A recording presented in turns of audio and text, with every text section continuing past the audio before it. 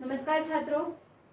अपने पिछले वीडियो में हमने गुरुबाणी के पहले 2 पदों के बारे में जानकारी ली, जिसमें हमने पढ़ा कि शिष्य की पहचान जो होती है वह गुरु से ही होती है। आज हम गुरुबाणी के अगले 2 पदों के बारे में जानकारी लेने वाले हैं। तीसरा पद हम आज पहले पढ़ेंगे, तो चलो पढ़ते।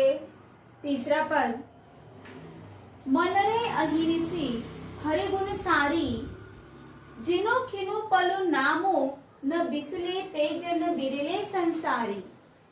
ज्योति ज्योति मिलाइए सुरति सुरति संजोगो, हिंसा अहु में गतु गए नाही सहसा सोगो। गुरुमुख जिसु हार मनी बसे तिसु मेले गुरु संजोग। यही तीसरा पद जिसके बारे में हम जानकारी लेने वाले हैं अभी। इस तीसरे पद में नानक जी ने परमेश्वर के नाम स्मरण के महत्व के बारे में बताया है। परमेश्वर का ध्यान, चिंतन, मनन, उसके द्वारा परमेश्वर की प्राप्ति करना, ईश्वर की प्राप्ति करना, इसके बारे में इस तीसरे पद में बताया गया है। सबसे पहले हम शब्दार्थ की ओर चलते हैं। पहले शब्दार्थ में आपको बता दो। मन रे अहिनिसी, अहिनिसी मतलब दिन रात। सारी, सारी अर्थात स्मरण करना। जिन अर्थात जो। किनु बिरले ऐसे लोग। पलु अर्थात पल, क्षण। नामो अर्थात नाम स्मरण करना। संजोगु अर्थात तल्लीन होना। हऊ में अर्थात अहंकार में। ये जो कुछ कठिन शब्द है उनके अर्थ मैंने आपको बता दिए, ताकि ये जो पद है आपको समझने में आसान हो। मन रे अहिनिसी हरिगुण सारी, जिनु खिनु पलु नामु न बिरले तेज न बिरले संसारी। देखो, मैंने आपको पहले ही कहा कि इस पद में नानक जी ने ईश्वर के नाम स्मरण के महत्व के बारे में बताया है। इस पद में गुरु नानक जी अपने मन से कह रहे हैं कि हे मन, तू ईश्वर की साधना कर, ईश्वर का नाम स्मरण कर, ईश्वर का चिंतन कर, तभी आत्मा परमात्मा से एकाकार हो जाएगा, तभी तुम्हें ईश्वर की प्राप्ति होगी। इस पद में अपने मन को नानक जी भगवान का नाम स्मरण करने के लिए कह रहे हैं। कबीर जी की तरह उन्होंने भी कबीर जी की तरह नानक जी भी ज्ञानाश्रय परंपरा के हैं। जैसे मैंने आपको पहले ही कहा कि बायाडंबर का उन्होंने विरोध किया था, पाखंड का विरोध किया था, अर्थात पूजा अर्चा जो है उसका विरोध उन्होंने किया था। ईश्वर की भक्ति हर कोई करता है, हर किसी का अपना अपना तरीका होता है, अपना अपना अंदाज होता है ईश्वर के प्रति अपनी भक्ति व्यक्त करने का। उसमें कोई पूजा अर्चा करता है, मूर्ति की पूजा करता है, तो कोई नाम स्मरण, भजन, कीर्तन ये सब करता है। तो इसमें नानक जी जो है उन्होंने पाखंड का विरोध किया है कि मूर्ति की पूजा करना, पूजा अर्चा करना, इसका उन्होंने विरोध किया है। उनके मतानुसार कि भगवान का नाम स्मरण करो, अपने मन में सिर्फ भगवान के नाम के गुण गाओ, तभी आपको ईश्वर की प्राप्ति हो सकती है।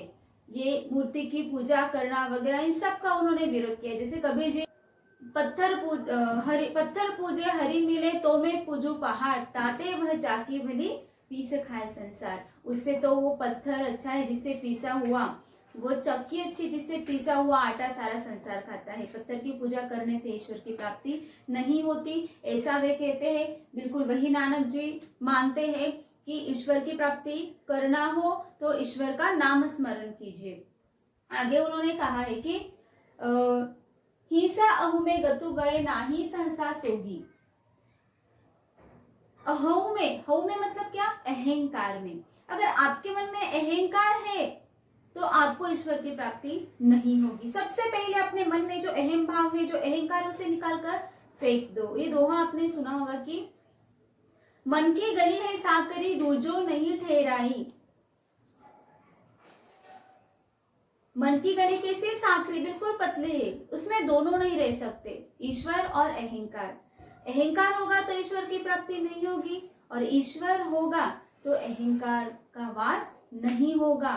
तो यहाँ पर नानक जी कहते हैं कि अपने मन से अहंकार को निकाल कर फेंक दो, अपने मन में सिर्फ ईश्वर का नाम स्मरण होना चाहिए, ईश्वर के गुणगान गाओ, तभी आपको ईश्वर की प्राप्ति होगी। जिस मुख में, जिस मन में सिर्फ गुरु का नाम होता है, उसे ईश्वर की प्राप्ति अवश्य होती है।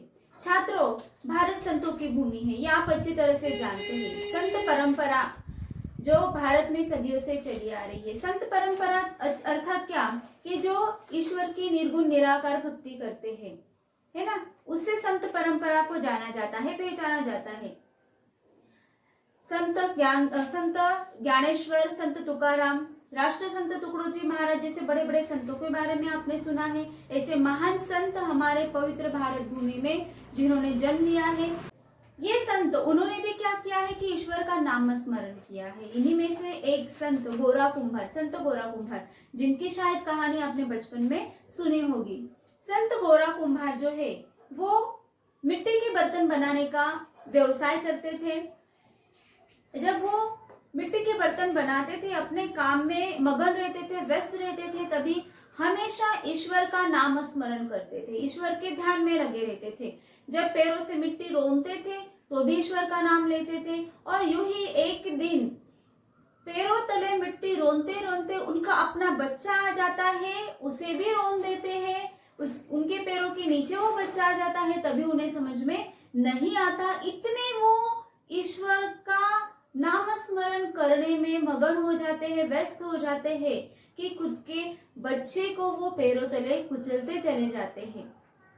कहते हैं कि जो ईश्वर का नाम स्मरण करते हैं, उन्हें इर्द गिर्द किसी भी बात की खबर नहीं रहती, उनका ध्यान जो है, मन जो है, पूरी तरह से ईश्वर की तरफ ही लगा रहता है। और यही इस तीसरे पद में कहा गया है, नाम स्मरण का महत्व। अगर ईश्वर की प्राप्ति करनी हो तो अपने मन में पूरी तरह से ईश्वर का नाम स्मरण कीजिए, अपने मन को कहिए कि पूरी तरह से ईश्वर के प्रति, संसार का मोह जाल माया सब छोड़ दीजिए, इस मोह माया से निकलकर ईश्वर का नाम स्मरण कीजिए, तभी आपको ईश्वर की प्राप्ति हो सकती है।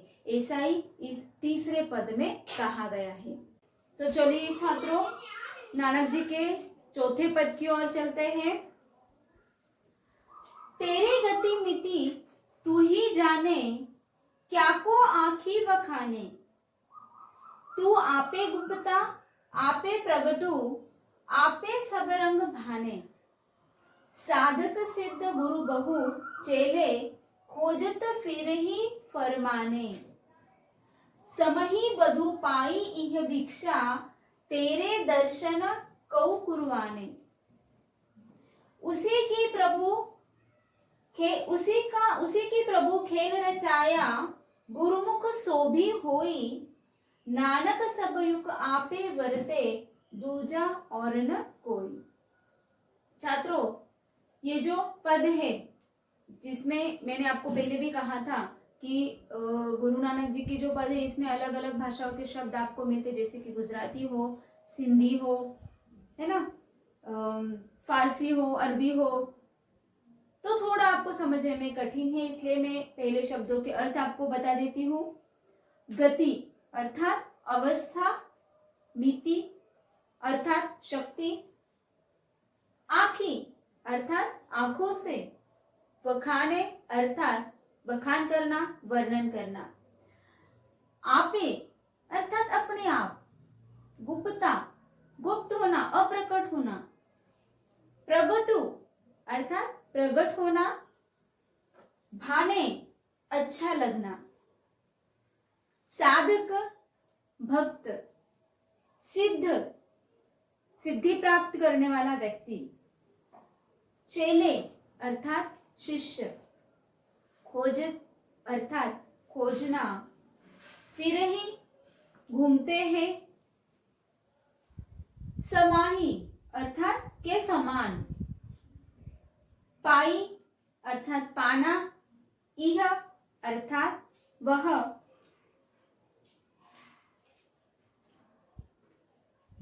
कौ अर्थात करना,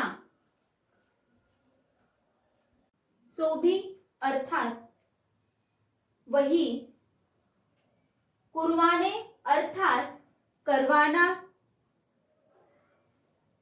वर्ते अर्थात विद्यमान होना और बधु अर्थात नाम स्मरण करना। तो ये शब्दों के अर्थ हमने देखे।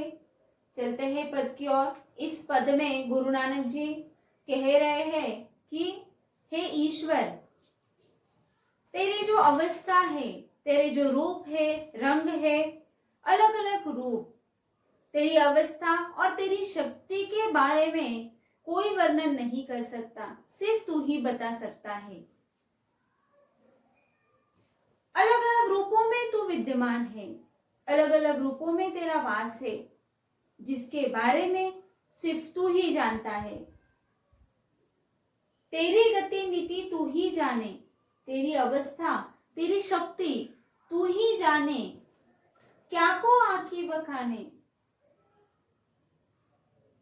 कोई भी अपनी आंखों से देखे हुए तेरे एक रूप के बारे में वर्णन नहीं कर सकता, तेरे अलग अलग रूप है। तू आपे गुप्ता आपे प्रगटु, अपने आप कहाँ पे लुप्त हो जाते हो, कहाँ पे गुप्त हो जाते हो और अपने आप कहीं से कहीं पर भी प्रकट हो जाते हो, ऐसा तुम्हारा रूप है। आपे सब रंग भाने, और ये जो तुम्हारे अलग अलग रूप रंग है वह सब सबको अच्छे लगते हैं। ये जो चराचर सृष्टि है इसमें तुम्हारा वास है। ये जो सृष्टि में वैविध्य है, चाहे वो फूलों का हो, चाहे वो रंगों का हो, सब में तुम्हारा वास है, तुम्हारा निवास है। ये जो सृष्टि की हर एक चीज है, हर एक जीव है, उसमें तुम्हारा वास है। साधक सिद्ध गुरु बहु चेले खोजत फिरहि फरमाने। साधक अर्थात भक्त हो, सिद्ध अर्थात सिद्धि प्राप्ति के लिए भक्ति करने वाला शिष्य वह हो जो तुम्हें अलग अलग जगह पर खोजते फिरते हैं, ढूंढते फिरते हैं। कोई तुम्हें मंदिर में ढूंढता है, कोई तुम्हें मस्जिद में ढूंढता है। ऐसे लोगों से संत कबीर कहते हैं, मोको कहाँ ढूंढे बंदे, मैं तो तेरे पास में, नामे मंदिर नामे मस्जिद नामे काबे के लाश में। अर्थात मुझे तुम कहाँ ढूंढते फिरते हो बंदे, मैं तो तुम्हारे पास में ही हूँ, तुम्हारे मन में ही हूँ। नामे मंदिर नामे मस्जिद नामे काबे के लाश में, कहीं पर भी मेरा वास नहीं है, तुम इधर उधर मुझे ढूंढते मत फिरना। ये जो चराचर सृष्टि है, जहां पर जीव है, उन जीवों के अंतर्गत मेरा वास है, ऐसा यहाँ पर नानक जी कहते हैं। है ना, ऐसा परमेश्वर है जो चराचर सृष्टि में हर जगह, हर वस्तु में, हर जीव सृष्टि में ईश्वर का वास आपको मिलेगा। उसी के प्रभु खेल रचाया गुरुमुख सोभी होई। कहते हैं जैसे अलग अलग धर्म है, धर्मों में अलगाव है, उसमें अलग अलग परमेश्वर के रूप है। भले धर्म अलग हो, परंतु हर कोई धर्म का व्यक्ति जो है वो ईश्वर की पूजा करता है।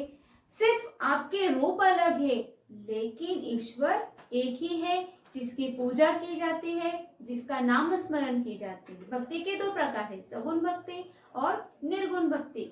सगुण भक्ति में कोई आपको धूप नैवेद्य चढ़ाता है, धूप दीप अर्पण करता है, तो निर्गुण में कोई नाम स्मरण करता है, लेकिन उसी ईश्वर की पूजा होती है ना। और ये जो खेल है ये तुम्हारा रचाया हुआ है, ये सब तुम्हारी माया है, ये सब तुम ही करते हो। और ये सब तुम्हारे जो अलग अलग रूप है ये बहुत ही अच्छे लगते हैं। गुरुमुख उसी के प्रभु खेल रचाया, गुरुमुख सो भी होई। मतलब ये खेल भी तुमने रचाया है और ये सब जो करवाते हो वो तुम ही करवाते हो। जैसे मैंने आपसे कहा कि ये जो चराचर सृष्टि है इसमें परमेश्वर का वास है। हर एक जीव सृष्टि में परमेश्वर का वास है। जन्म मृत्यु का जो चक्र है यह आपके हमारे जैसे सामान्य व्यक्ति के लिए है, परमेश्वर के लिए नहीं।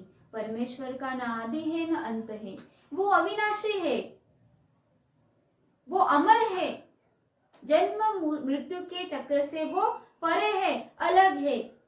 वो जन्म मृत्यु का जो चक्र है वो हमारे आपके जैसे सामान्य व्यक्ति के लिए है। इसीलिए नानक सब युग आपे वर्ते, दूजा और न कोई। हर जगह आपका वास है, आप ही विद्यमान है, दूसरा कोई भी नहीं है। इसलिए परमेश्वर को कहीं और मत खोजो, अपने अंदर खोजो, है ना। इंसान के अंदर खोजो, इंसान के अंदर भी क्या है, परमेश्वर है। अपने मन में परमेश्वर को खोजो, परमेश्वर का नाम स्मरण करो, ऐसा इस पद में कहा गया है। तो छात्रों, आशा करती हूँ कि ये जो तीसरा और चौथा पद हमने जो आज पढ़ा, गुरुवाणी से गुरु नानक जी द्वारा लिखित ये जो पद हमने पढ़े हैं, आपको उनका भावार्थ अच्छी तरह से समझ में आ गया होगा। अंतिम पद जो बाकी है वह हम अगले वीडियो में पढ़ेंगे, अगले वीडियो में सीखेंगे। तब तक के लिए अलविदा।